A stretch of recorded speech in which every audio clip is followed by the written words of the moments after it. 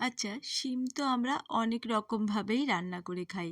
তো একটু এইভাবে যদি একটু আলাদা রকমভাবে শিম রান্না করে খাই, তো কেমন লাগে?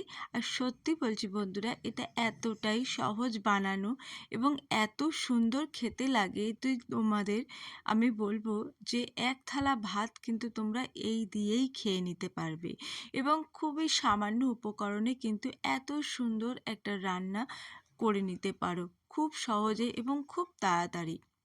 তো তার জন্যে কি করতে হবে? প্রথমে শিমগুলোকে দুটো সাইড কেটে নিয়ে এক দিকটা ঠিক এইভাবে ফাঁক করে নিতে হবে। আমি ছুরির সাহায্যে করে নিয়েছি, তোমরা যা খুশি সাহায্যেই করে নিতে পারো। আর এর জন্য যে উপকরণগুলো লাগবে, লাগবে সাদা সর্ষে, লাগবে নারকেল আর চিংড়ি মাছ, এটা হচ্ছে মেন দরকার, আর সাদা তিল, পোস্ত আর কাঁচা লঙ্কা। এবারে আমি ছোট ছোট চিংড়ি মাছ নিয়েছি, তোমরা যে কোনো চিংড়ি মাছ দিয়েই করতে পারো। তো প্রথমে কি করব, আমি এই মশলাগুলো সব একসঙ্গে শিলে পেস্ট করে নিচ্ছি। তোমরা কিন্তু মিক্সিতেও পেস্ট করে নিতে পারো, আমি শিলটাকে প্রেফার করি।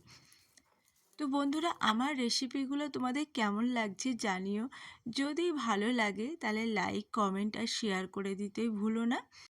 এবার আমি এই বাটার মধ্যে দিয়ে দিলাম পরিমাণ মতো নুন, হলুদ, কাশ্মীরি লঙ্কার গুঁড়ো, আর দিয়ে দিলাম একটু বেশি পরিমাণে সর্ষের তেল, আর সবার লাস্টে দিয়ে দেব স্বাদটাকে ব্যালেন্স করার জন্যে সামান্য চিনি। এই দিয়ে আমি এই মাখাটা কিন্তু খুব ভালো করে মেখে নেব। তো বন্ধুরা, তোমরা যারা আমার ইউটিউব চ্যানেল থেকে ভিডিওটা দেখছো, তাদেরকে জানাই আমার অন্তঃস্থল থেকে অনেক অনেক ভালোবাসা। তোমরা যারা আমার চ্যানেলটাকে সাবস্ক্রাইব করেছো, তোমাদের জন্যে অনেক ভালোবাসা। আর যদি আমার এই রান্নার রেসিপিগুলো তোমাদের ভালো লাগে, তাহলে আমার চ্যানেলটাকে একটু সাবস্ক্রাইব করে দিও। আর পারলে আমার প্রতিটা ভিডিওতে একটু লাইক দিয়ে দিও, কারণ তোমাদের একটা লাইক আমাকে নতুন নতুন ভিডিও বানানোর উৎসাহ যোগাবে। তো আমি এই পুরগুলো আস্তে আস্তে এই শিমের মধ্যে কিন্তু ভরে নিচ্ছি। ঠিক কীভাবে ভরছি তোমরা নিশ্চয়ই দেখে নিয়েছো। তোমরা ঠিক এইভাবেই কিন্তু শিমের মধ্যে এই পুরগুলো ভরে নেবে। দেখো কত সুন্দর হয়েছে, দেখতে মনে হচ্ছে না ভীষণ সুন্দর হয়েছে?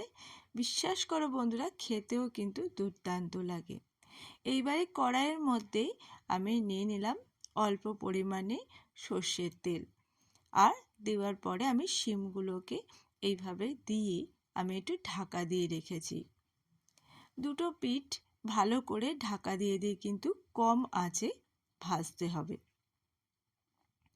ঠিক এইভাবেই কিন্তু তোমরা ভেজে নেবে।